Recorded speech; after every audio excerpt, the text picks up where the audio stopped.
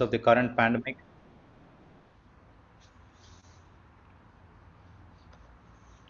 So we're having this as a Zoom session.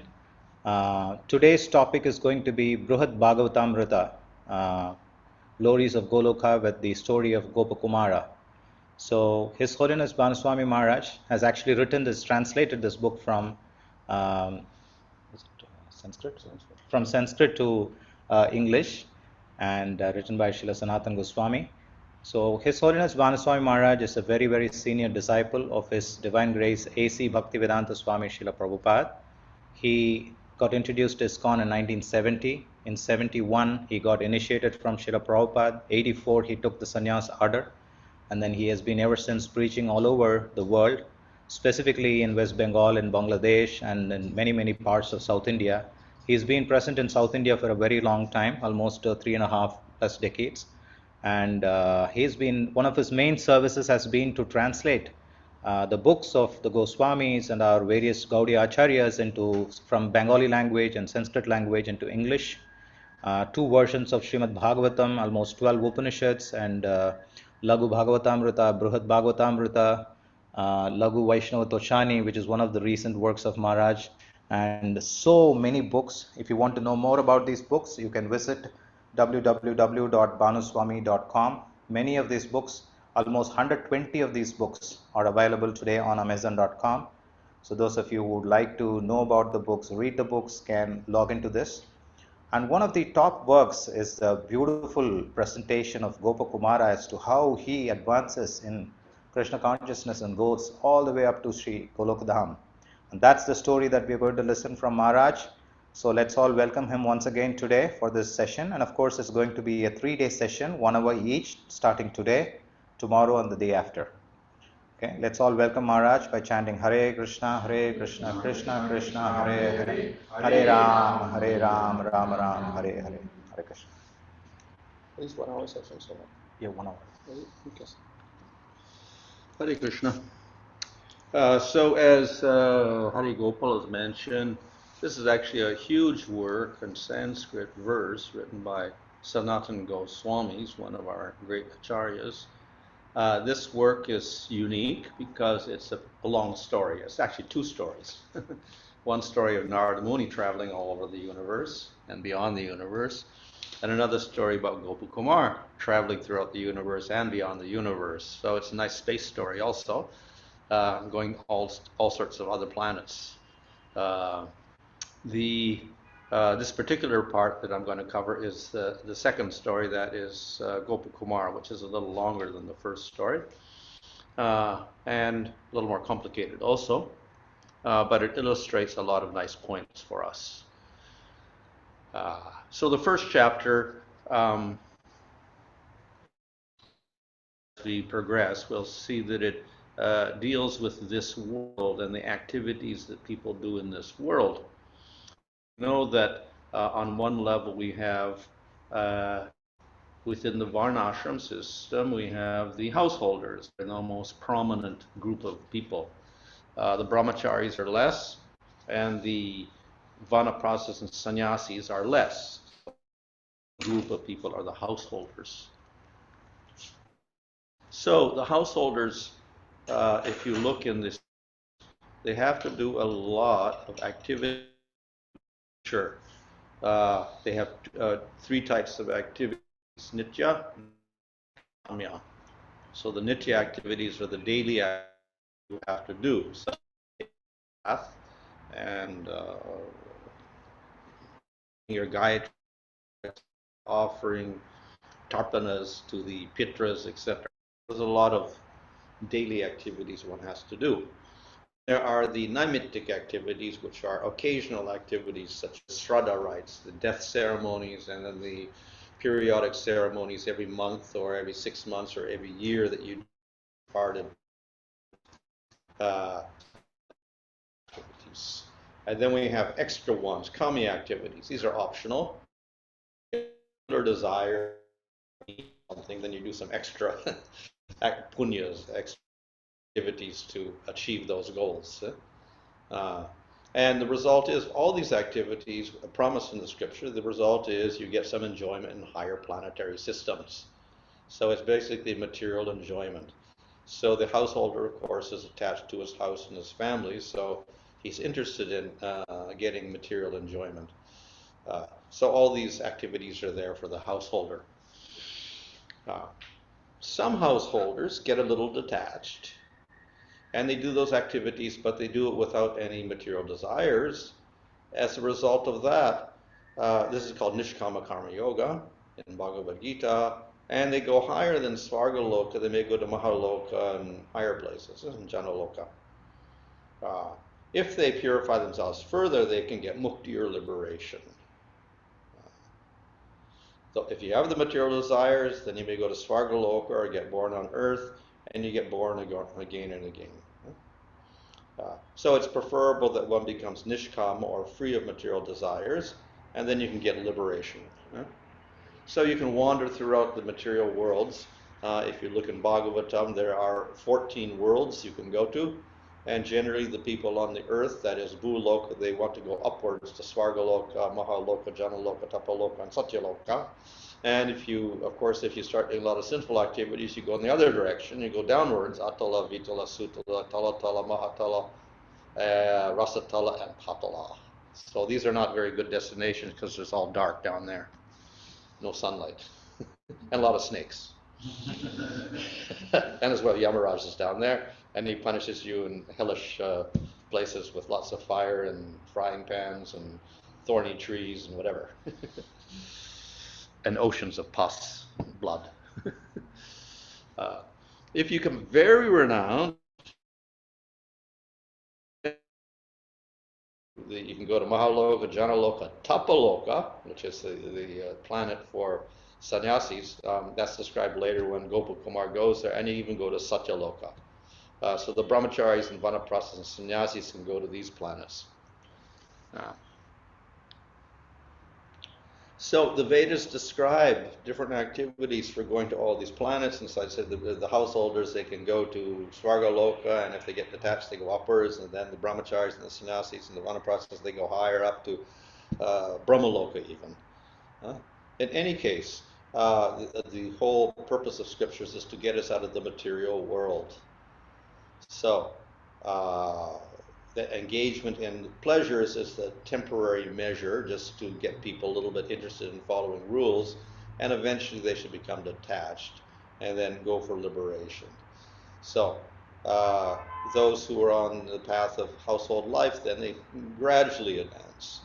Those who are already renounced, like the sannyasis or the vanaprasthas, then they can strive for liberation. And they take the process of yoga or jnana. And then they can get out quite quickly. So the devotees are in a little bit separate category because they don't have material desires, and they don't even want liberation. They want to go to the spiritual world and serve the Lord there eternally. But some devotees do have desires, material desires, mixed in with their bhakti. So they can also go to the upper planets and enjoy for some time. Hopefully they won't get bewildered by that, and they will also progress upwards and then go out to get from Svargaloka to Satyaloka, and then they can go to Vaikuntha. So they can go gradually. Others are more intelligent. They can go quickly by practicing pure bhakti. And so they can go directly to Vaikuntha or Goloka, and there they can have very, very great bliss in serving the Lord eternally. So this is rarely achieved by others, but it is achieved by the devotees of the Lord. So devotional service is very special. So in this work, Brihad Bhagavatamrita, Goswami, he describes different types of devotees. Devotees who have some attachment to knowledge, those practicing pure bhakti, those who have prema, those who have very strong prema, and those who have the strongest prema. So they're all quite advanced devotees. So those who have knowledge are not impersonalists. They're more like Bharat Maharaj, who had a little bit of jnana mixed with his bhakti. But nevertheless, they progress nicely to the Lord's lotus feet, and they don't end up in impersonal Brahman. So that's one type of person. Then we have those who are pure bhaktas, like Ambarish. No mixture, karma gyan or vairagya or anything. So that's a little bit superior. Then we have the prem bhaktas, those who are actually in prema. So we have some nice examples like Hanuman. And they're always engaged in the service of the Lord spontaneously. And they are always attached to the Lord's lotus feet, always thinking of the Lord. Then we have more intimate devotees. Of course, Hanuman is in Dasya Rasa and quite respectful of Ramchandra. With Krishna, we get some more intimate devotees like Arjuna and the Pandavas. So they are also in Dasya Bhakti, but they also have some Sakya. So we see Arjuna as a friend of the Lord. So there's a little more intimate relationship. The prema is a little stronger. And sometimes they joke together and carry on in a very friendly way. And then we have those who are even closer to the Lord. In Dwarka, we see that Uddhava and the Yadus are quite close to the Lord. Unlike the Pandavas, they get to associate with the Lord all the time. And Uddhava especially has a very close relationship with Krishna. So their bhakti is even more intense, their prema is more intense. So they're on a very, very high platform. So the question is asked by Parikshit's mother. This holds a conversation between Parikshit and his mother, and she asks questions. So one of the questions is, what about the gopis? What about the people of Vrindavan? What happens to them? Where do they go? What's their class? Because they don't quite fit into any of these classes. They're very exceptional devotees, completely attached to him. So, well, what is their destination? If they simply get the same destination as, let's say, Ambarish or someone, they go to Vaikuntha, that doesn't seem proper because they don't even like Vaikuntha. They're not attracted to it also. What is the destination of these people that we see who in Vrindavan, they're worshiping Krishna like Mother, Yasoda, and Nanda? What happens to them? Where do they go afterwards? After Krishna disappears and they disappear, what happens to them? So this is the basic question that is asked. So Parikshit begins to tell a long, long story that goes on for many, many chapters. And he tells the story of Gopa Kumara, but even before that he starts out with the story of a Brahmana. So this Brahmana was a bit foolish person, and he was living in Assam, where there's a nice deity there of Durga Devi. And he was Brahmana, but he was ignorant of the scriptural conclusions. He didn't know much about anything, actually, but he just wanted to get some money. So he went to the Durga temple and prayed to Durga Devi, I want some money. This is the Kamakya. That deity is still there in Assam. Gauhati, I think it is. Kamakya in Gauhati. It's still there, that deity. So Kamakya is the name of the deity, Durga Devi. So he would go there daily and faithfully pray, I want some money. And she was quite merciful. Durga Devi is an expansion of Radharani, so she's also a devotee.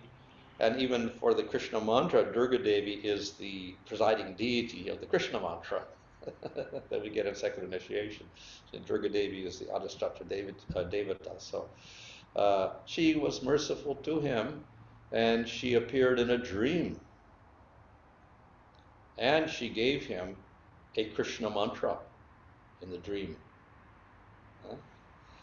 So she gave him Diksha, in other words. So he was very fortunate because he got a Krishna mantra. Not our mantra, but very similar, 10 syllables only. Usually we get the 18-syllable mantra. He only got a 10-syllable mantra. So he got the mantra, but she didn't say much about what it was for, even who's the subject of the mantra, etc. Didn't give any teachings at all. And he was also ignorant. But since he had prayed to Durga Devi and he wanted money, he said, okay, I'll chant this mantra for money. Whatever. So I started chanting this mantra out of ignorance. So as he chanted this mantra, then gradually he lost his attraction for money. So he got a little purified. He didn't know anything about the mantra, good, bad, or whatever. What's the goal of the mantra? What is the proper sadhana, how to chant it, or whatever. But he was chanting, and he became very detached from everything. Huh? Therefore, he began to leave the house. He left his house, left all of his previous connections, and he began to go to pilgrimage places, walking. And to survive, get some food, he would beg for food. So this was a rather extreme step, but never, of course he didn't have any money to begin with, so it wasn't so bad. But he became detached. He didn't want the money anymore. He didn't think money was so useful. But he was somehow attached to this mantra, and he began chanting it, and then he began wandering around to various holy places. And then he was on the bank of the Ganga River, and he saw a group of brahmanas, mostly householders, grihastas, and they were very absorbed in this karma kanda. They were quite knowledgeable of the scriptures and very devoted to doing their nitya karmas, like chanting their Gayatri every day and offering tarpanas to the rishis, etc. And he was listening to them, and then they described about how you have to do your nitya and naimitya karmas, and by doing that, you'll go to Svargaloka. So I thought, oh, very good. Now I got a goal. But he continued to chant the mantras. Of course, they were more involved in all these sacrifices and things like this and rituals. But he continued to chant his mantra, the Krishna mantra given by Durga Devi. So when he was by himself, he would chant his mantra silently.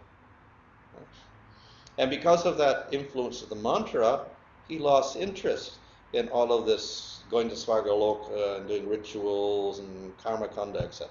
So he wasn't too much interested in that. So he left that place. So he was on the Ganga and he went to Kasi, Varanasi, which is very famous because there's a big Shiva temple there. So then he was there and he heard all the people there, all the Brahmins discussing about mukti, liberation, and how you could just easily get liberation if you did the proper process.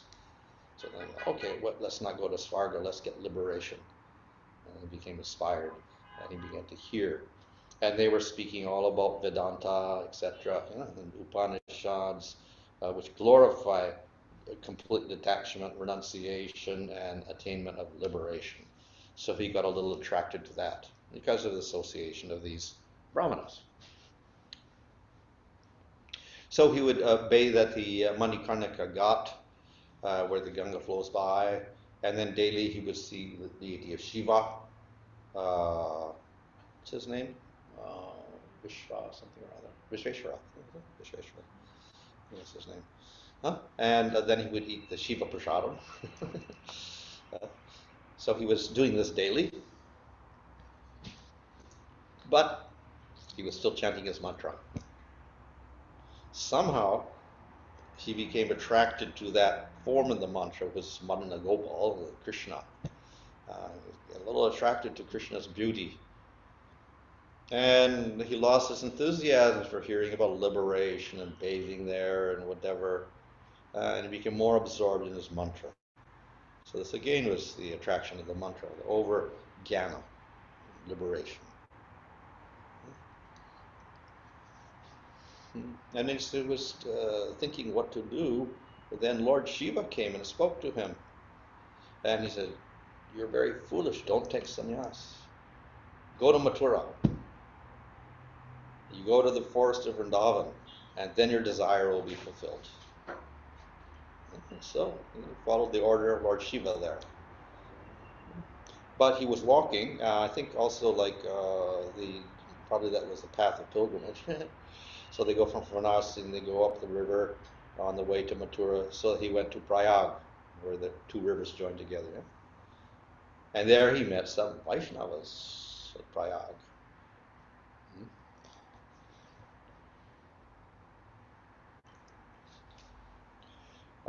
At Prayag there is Bindu Madhava deities, famous deities. Lord Chaitanya went to there also and saw those deities. So he saw those deities there, Madhava is there. And these Vaishnavas are worshipping that deity. But then he thought, well, my deity doesn't look like this. It's a little different. His mantra deity. I was thinking of Krishna. This deity doesn't quite look the same, you know. So my deity, my Krishna, he's taking with his cowherd friends and he's taking care of the cows. He has a flute in his mouth, etc., and got forest ornaments. This was more elaborately dressed, this deity, etc. So this deity is not actually the same as the Krishna in my mantra. So he was there for some time, and then the deity, Madhava, spoke to him. And he says, you have to listen to Shiva's words, Visheshwara's words. You got to continue your journey. Don't stop here in Prayag. You go up the river on the shore of the Jamuna, on the bank of the Jamuna, and you get to Vrindavan. So he walked and walked and walked, and eventually came to Vrindavan. And he came to the Keshi Tirtha, where Keshi was killed. And there, he heard somebody crying. So in the bushes there on the shore, this crying sound, this wailing away. He was looking around, who's crying here? Then, in a grove of kadamba trees, then he saw this young, handsome boy there with a very nice soft body, and he was dressed like a cowherd boy. And then the Brahmin approached him, and he said, well, look, by the mercy of the Brahmanas, I met you here today. So you look just like the deity in my mind when I chant my mantra. Very, very similar. And I'm very satisfied to meet you. So you please deliver me. So this was actually Gopa Kumara, who tells the story of his life next. So Gopa Kumara was thinking, oh, this Brahmana, he doesn't really know anything, but he's very, very devoted and he's chanting the mantra. So he should directly see the lotus feet of the Lord. He should not be so much attached to chanting this mantra. He should be attached to Sankirtan. So then he tells this whole story by which Gopa Kumar himself was chanting mantra, but he became interested in kirtan instead. So he was thinking, we'll have to get this Brahman away from his mantra and get him into kirtan. So how we'll do this is he should develop some attraction for the places of Krishna's pastimes. Of course, Vrindavan was there. So if you regularly visit these places, you get more and more attraction for Krishna, and then you will start your kirtan, etc. So this was his thoughts.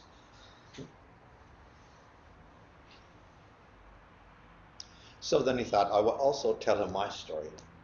And inspired by my story, then he will change his mind and start chanting, doing kirtan. So then Gopa Kumar begins to tell his story. So that's most of the rest of the book is about Gopa Kumar speaking and telling his whole story.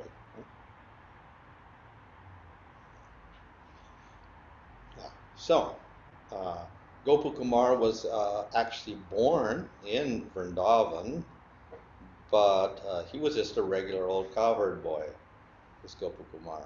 Was herding the cows and whatever.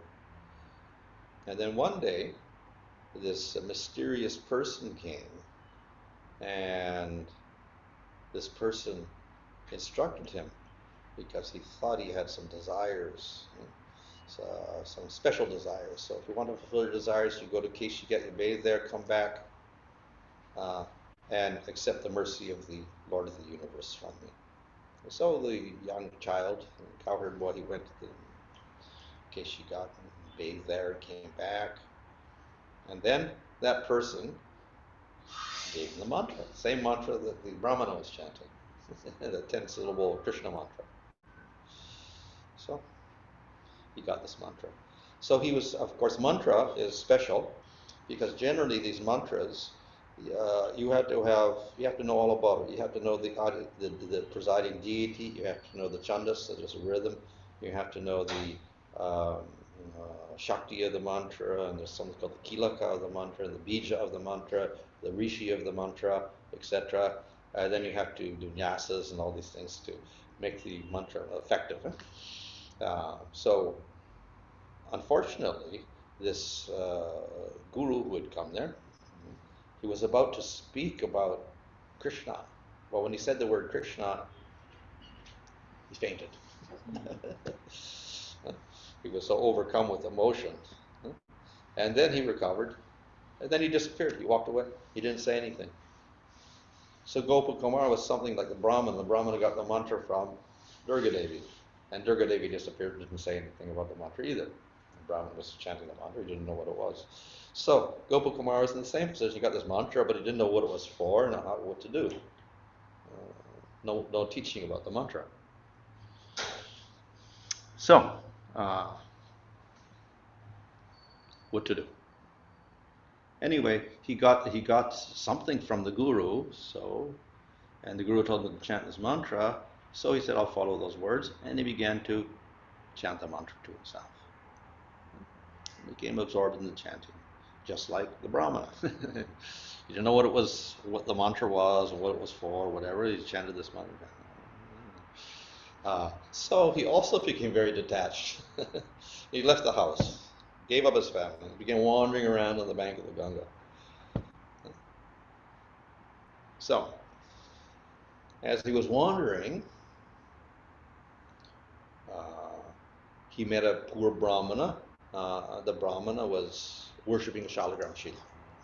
So, oh, very nice, worshipping Shalagram Shila. So that Brahmana explained, if you want to see the Lord's opulence and how magnificently he gets worshipped, you go to the capital city of this country, and there's a very saintly king there. And he's very attached to worshipping Vishnu. The city's not very far away. You can go there, and then you can see the Lord of the universe. That's the Lord of your mantra. So generally difficult to see, but you go there, you will see the Lord of the universe. So then he followed the words of the Brahmana, and he went to that kingdom. So he saw that deity.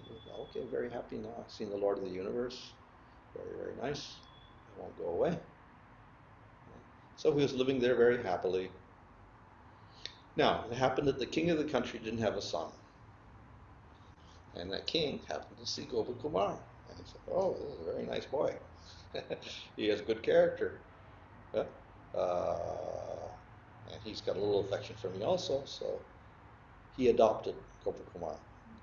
So Gopa Kumara was the prince in the palace. Huh? Which city was this? Doesn't say. Anyway, nice city. And then the king died. Gopa Kumara became the king. So what could he do? He was a little boy sitting on the throne. He had all these ministers around him. So I thought, okay, let's worship Vishnu. So he improved the worship of Vishnu, made sure that Vishnu got all nice offerings all the time. And when saintly people came, rishis and sannyasis and other devotees came, he made sure that they all got prasadam.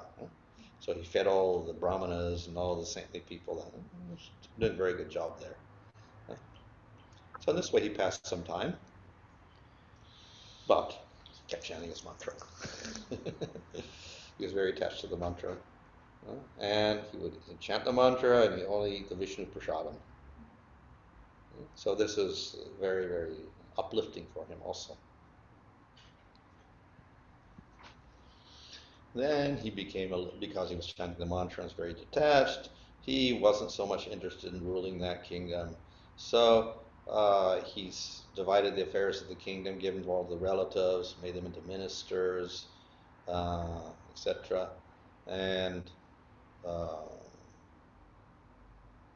but because still people would come to him for things, he got a little disturbed, because he couldn't keep chanting this mantra in peace. And also, he observed the custom there in that temple was that if the prasadam got touched by somebody, impure person or whatever, or outside the temple or whatever, or they thought it wasn't pure, then nobody would eat it. It became impure. So he was a little disturbed by that. How can the prasadam of the Lord become impure by somebody who was impure touching it, or a dog looking at it, or whatever, or an outcast going near it, and nobody would touch it. So this is very strange. So he was not very satisfied with some of the rules of worship there.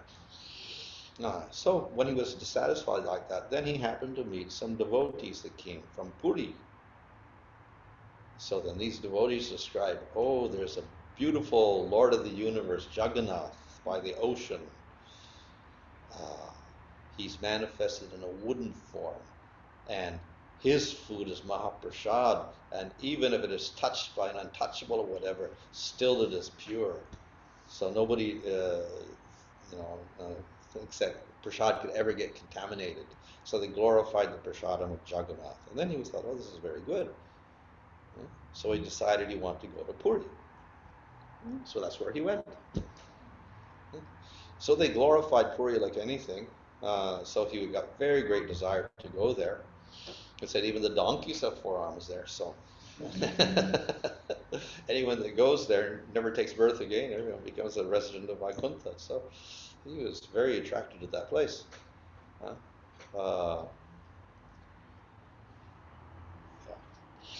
He went there, and then he went to the temple, the main temple, and he saw that huge face of Jagannath, the round face of Jagannath there, shining like the moon.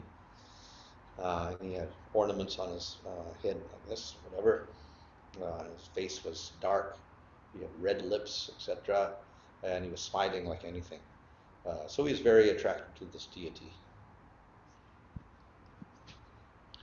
He was so attracted that he wanted to go up close to the deity and embrace him.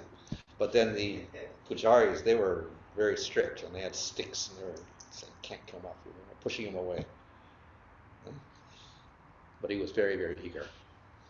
Anyway, he thought, okay, everything's successful. I'm seeing the Lord of the universe. Prasadam is very good. It's not contaminated. Nobody's going to interfere with my chanting. So he was sitting there. He would see Jagannath. Then he would go and chant his mantra, etc. And he's very, very happy. But then he thought, I actually want to serve this deity more.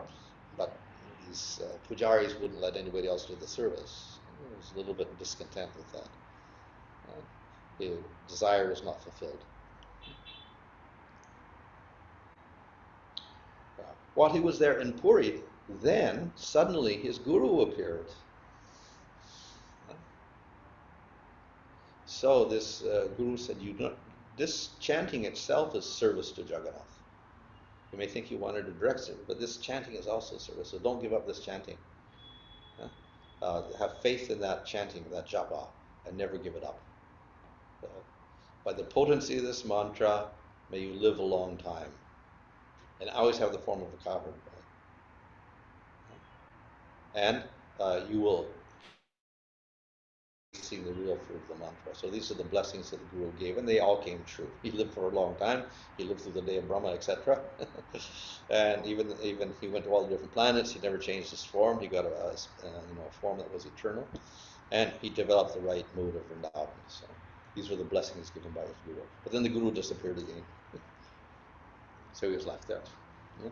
Anyway, he was happy, chanting, following the order of the Guru to chant that mantra, and he would see the deity, take the prasadam, etc. And I'll achieve my goal here finally.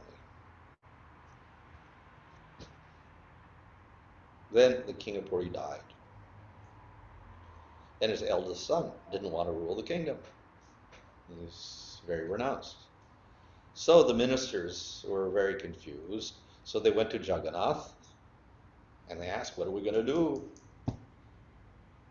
And then Jagannath gave an order. You look for this certain person with this character, this certain signs, and make him the king. So the ministers went out and they're looking, and then they found Gopa Kumara. Oh, this is the person that Jagannath described. So they made him king. So second time he became a king.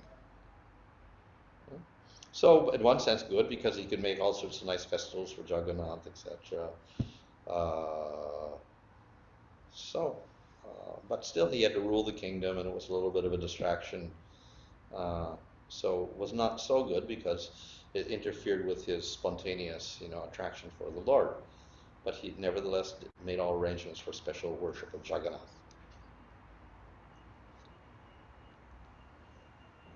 So there are many festivals in Puri, like the Rath Yatra festival, the Swing festival, and the Boat festival, etc. So he was responsible also for organizing these festivals, but because he was always surrounded by all these followers and ministers, etc., he couldn't feel the happiness because he was confined by them. So then he thought, as we did previously, I will hand over all of this burden to the ministers, etc. So that's what he did. Gave it to the other king's sons, to the ministers, the relatives, etc. And then he became more detached, and he was just sitting there looking at Jagannath. But not so good, because the people still knew he was the king, so they would come to him and bother him, etc. So he couldn't feel very great happiness. So he wasn't so interested in staying there. So Jagannath came and he spoke to him. You go to Mathura, and then you will see that form that you desire to see. Go to Mathura. And so this is the order of Jagannath.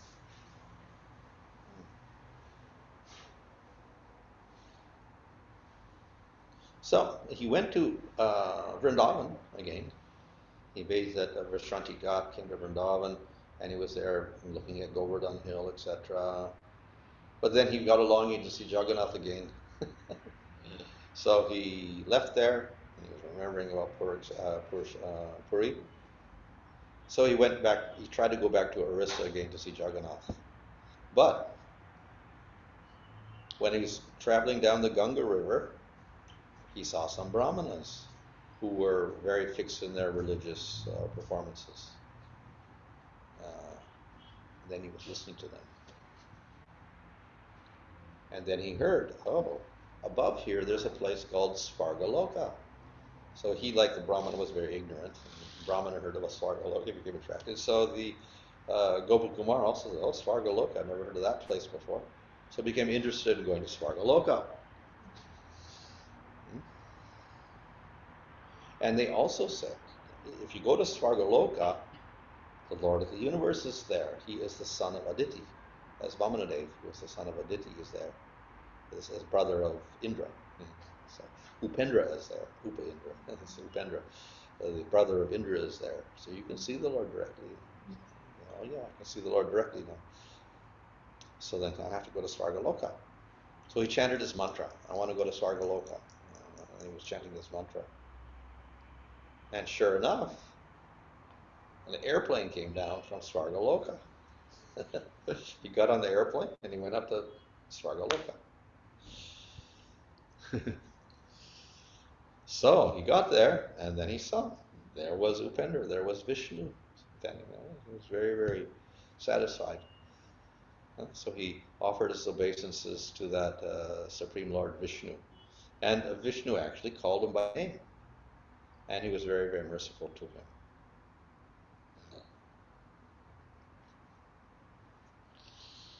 So he was staying there nicely.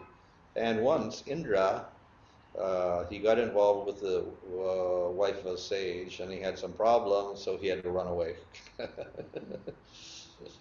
So the Devatas, ordered by Vishnu and their spiritual master, they installed Gopa Kumara as the king of heaven. So he became Indra. And Aditi, the mother of Indra, said, okay, that's fine. So she approved also. So then he became king of Svargaloka.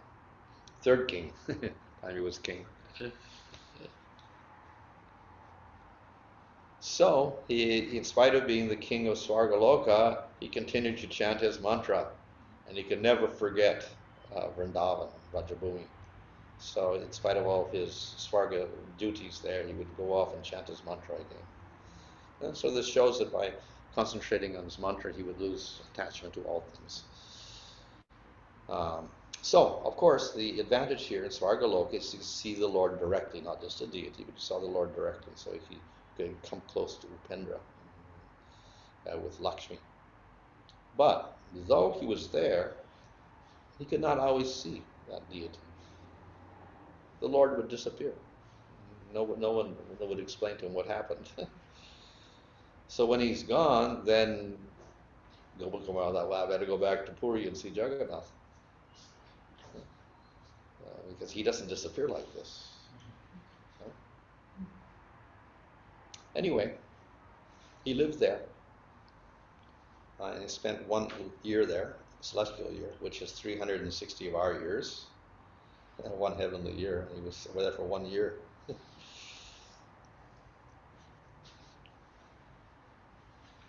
One time, some sages came from Maharloka, next higher planetary system, above Svargaloka. And they describe this other world up there, which is very shiny, very pure, very pious, etc. And that's where the Prajapatis live. And they worship the Lord of Sacrifice there. And then the Lord of Sacrifice appears from the fire.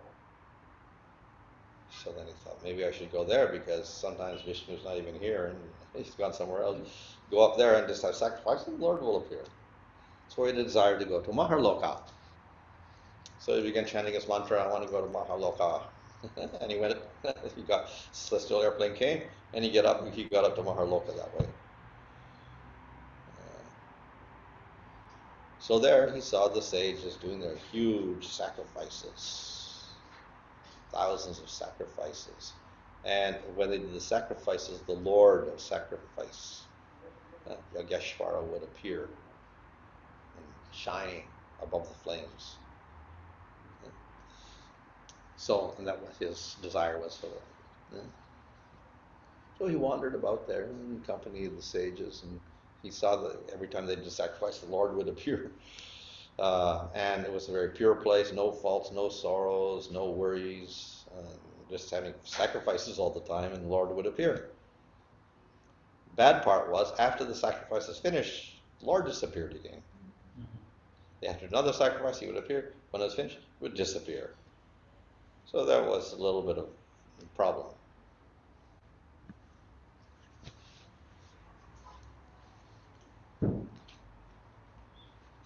They also explained that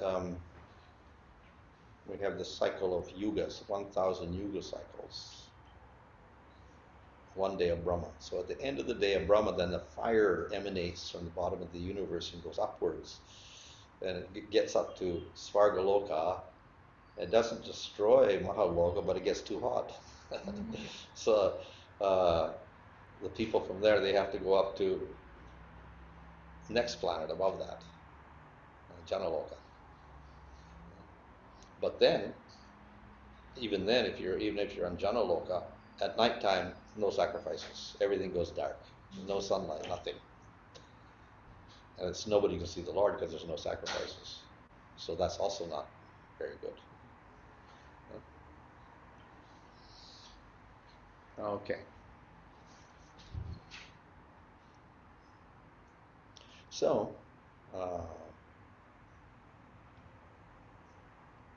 once, when he was on Maharloka, above Svargaloka, then Sanat Kumar appeared. And Gopa Kumara is very curious. What's on Tapaloka? How many people like this are there? What kind of Lord do they worship? So he became eager to see Tapaloka, because he saw that Sanat Kumar was very, very effulgent. So he chanted his mantra with great attention to get up to Tapaloka. And then he got there, to Tapaloka. So Tapaloka was a little different, because there everybody was in samadhi, everybody was in meditation. They were all sannyasis and people like renounced people, mystic perfections, etc., yogis. And didn't see the Lord there, so he was not very satisfied. Everybody was just meditating. But by the company of the sages, we also lose a little bit of interest in seeing the Lord. So he got worried about that. He was there, but he was a little attracted. We had all these cities, etc. but out of respect to his guru's order, he kept chanting his mantra. And thanks to that, then he got a little satisfaction in his heart from the mantra. And then his desire to see the Lord increase instead of getting decreased because of association with those sages who was in samadhi all the time. So those sages were absorbed in meditation, and they praised this process of meditation or smarana, using the mind, as superior to every other form. So you shouldn't chant mantras, you should meditate, etc. But don't do bhakti, do yoga, whatever. So the mind, if the mind is happy, then all the senses become happy. So everything depends on the mind. And even if the Lord isn't present, if you have that happiness in your mind from the experience of the Lord, it will continue. So therefore the mind is very, very important. So we have to cultivate the mind. We know that there's different types of bhakti, like smaranam and shravanam and kirtanam. But we also know that one of the principles of bhakti is always remember the Lord and never forget him. So this mind is most important. All the 9 types of bhakti, the mind, smaranam is most important. Mind is the most important sense. Smaranam is the most important bhakti activities. And even prema arises because of the experience in the mind. So in this way they glorified mind and meditation, etc., above everything else.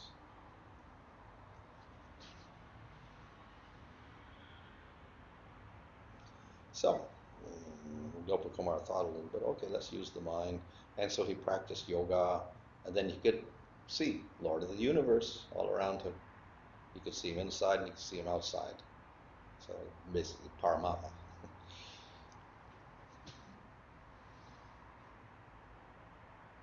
Okay.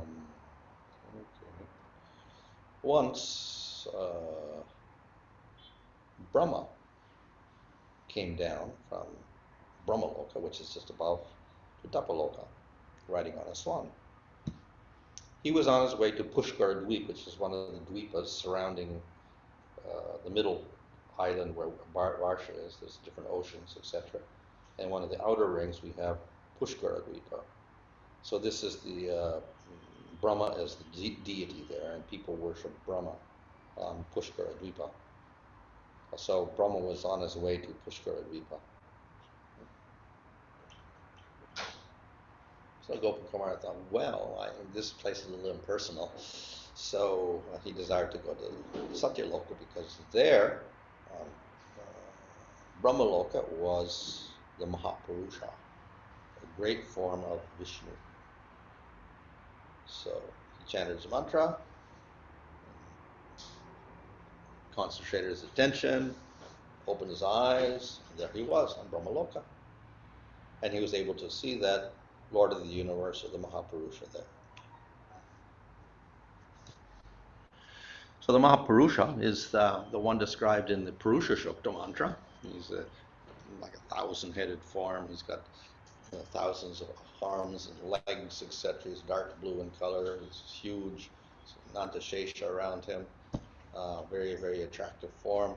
And the people in Brahmaloka would chant the Vedic mantras like the Purusha Shukta, etc. to please Vishnu. He would come there and they would make offerings to him. So in this way they would worship him.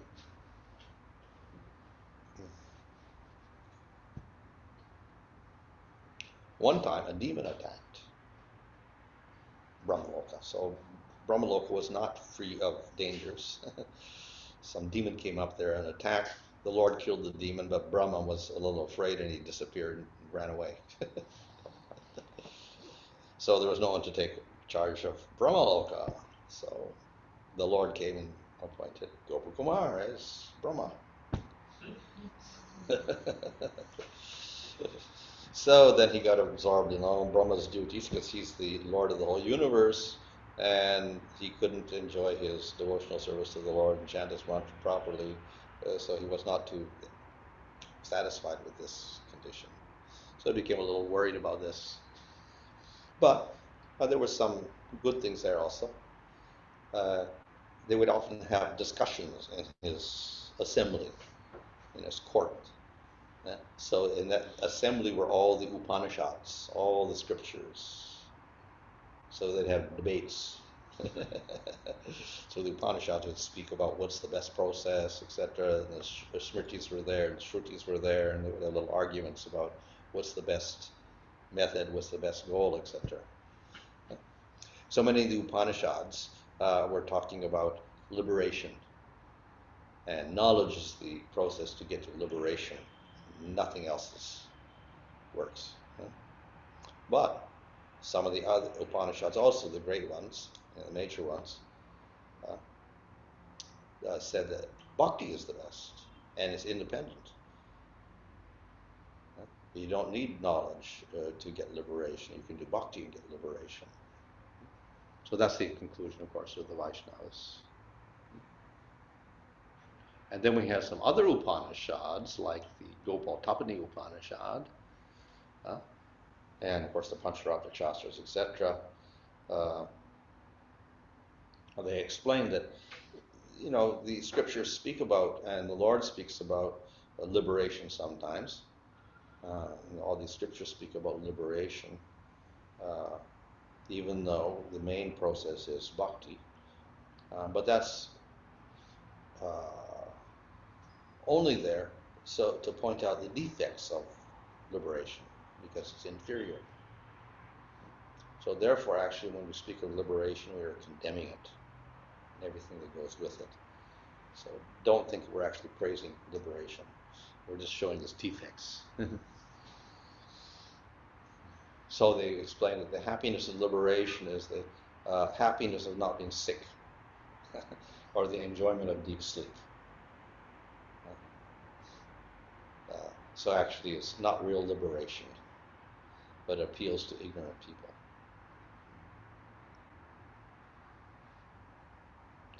If you want liberation, you can get it by namabhas. You chant accidentally, and it goes in your ears accidentally. You can get liberation very easily. So it's something which is not so valuable after all. Okay? That Brahman that is achieved in liberation is devoid of unchanging, etc., but it's inactive. So the real goal is Bhagavan. He is a form of concentrated eternity, knowledge, and bliss, ocean of wonderful qualities. They also explained that the Lord has impersonal, no quality form, that is Brahman, and he also has qualities. So he's both, and you can choose. Lord of no qualities, Lord of qualities. And he's so wonderful that even his feet, just his feet, are the essence of all happiness and bliss. So by realizing the Lord, or any aspect of the Lord, one can attain his highest bliss. So in this way, some of the Upanishads praise the process of bhakti and glorified it above other things. So the Lord, the Vishnu form who was there in Brahmaloka, he advised Gopa Kumara at this stage because he was dissatisfied with being Brahma. He says, go back to Mathura, go back to Vrindavan, the pastimes of the Lord. And if you do sadhana there, you'll go beyond Brahmaloka. So this was the order of the Lord on Brahmaloka. You go back to Mathura and do your sadhana there. So therefore, he went back there. So I think we have to end there. That's our time's up. We got chapter 3.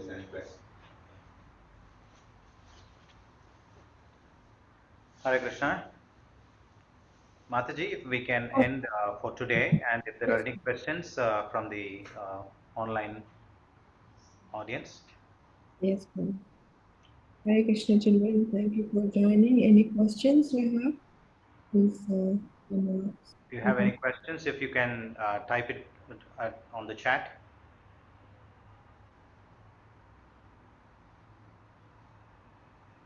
Maharaj, just one question. So when you said that the Lord is that similar to the one instruction that Krishna says, Brahma Bhona Loka Punaravartino, which means that even if you go to Brahma Loka, if you want to actually exit Brahma Loka and the material world, you have to come back to this material, into this Bhuloka and then only exit out. Oh, no, that's not necessary. It said that if you go to Brahma Loka, you can actually go out of there to Vaikuntha. You can. Yeah, you don't have to come back to Earth's planet. Okay. Yeah. So what does he mean by like Brahma? He gets liberation. He goes out. He goes to Vaikuntha sometimes.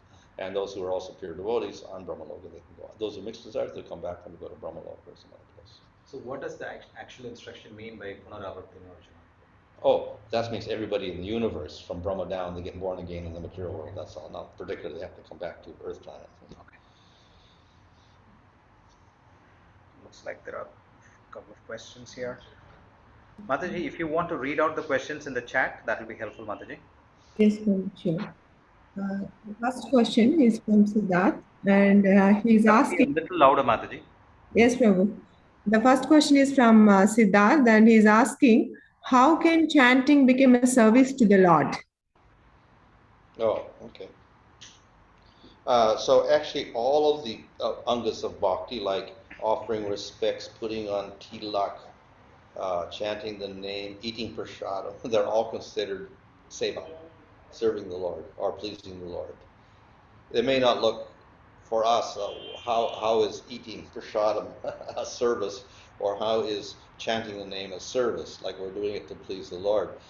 So the idea is all of these things are respect for the Lord and a glorification of the Lord in some way or other. So by taking prasadam of the Lord, the remnants of the Lord, we glorify the mercy of the Lord, that He's giving us something, and which is very tasty. So we accept that as His mercy. And so this is a type of glorification. We understand the Lord is very merciful because He has allowed us to have this wonderful taste. And with chanting the name, how is that service? The word kirtan itself means to glorify. Kirti means fame. So kirtana means to glorify. So kirtan is chanting the Lord's name to glorify Him. How is it glorification? Because the name itself indicates the quality of the Lord. For instance, we say Govinda, he's takes care of the cows, or Gopal, he takes care of the cows, or Shamsundar, he's blackish and beautiful blackish in color. So each name is a glorification of something about Krishna, his qualities or his activities or his form. So this is an expression of our appreciation of Krishna by listing his qualities. Just as we say that Ananta Shesha is always chanting the glories like that, we chant also express our praise for him. So in that sense, our service to the Lord. Just as if you like another person, you can do several things. One, you can give something to them. We give gifts, like birthday gifts or whatever, Christmas presents, whatever. So you like somebody, you give something. Or you may feed them. Invite them to your house and you feed them. And that shows your appreciation for them. Glorifying them. Oh, you're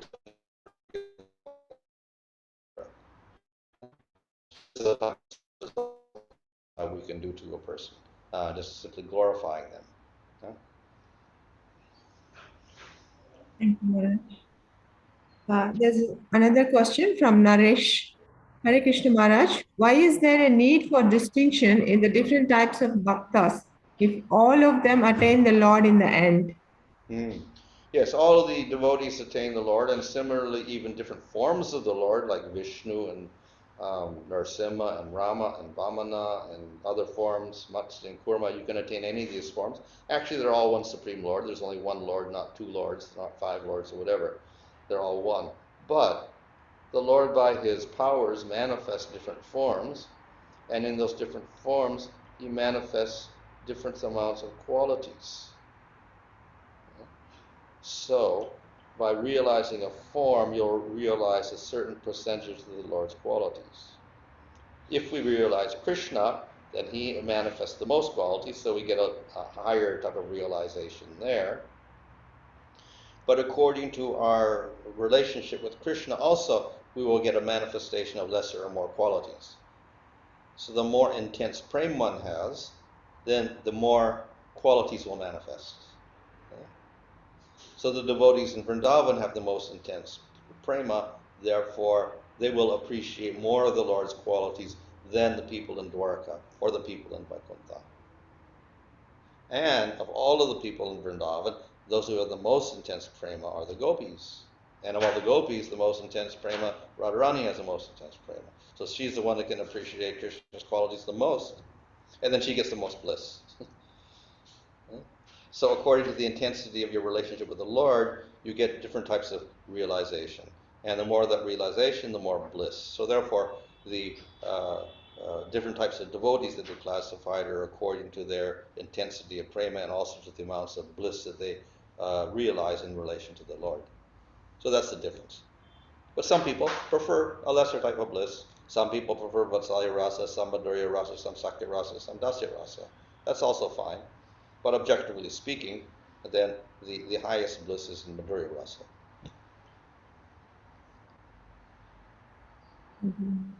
There's another question. Why is it that the Lord's effulgence or Brahma is devoid of qualities while his form is full of wonderful qualities? Going by the example of... Yeah. The reason is that some people like the qualityless realization, so therefore the Lord manifests that form. Just as some people like the form of Nrsimhadev tearing apart Hiranyakasipu and being very violent. So therefore they worship that form because they like the more violent form of the Lord. Others prefer a more peaceful form, so they worship Krishna. Some people like a heroic form, so they worship Ramchandra. So the Lord manifests different forms for different types of devotees, according to the devotee's desires. So some people don't want any qualities, they just want peace. So the Lord manifests Brahman for them.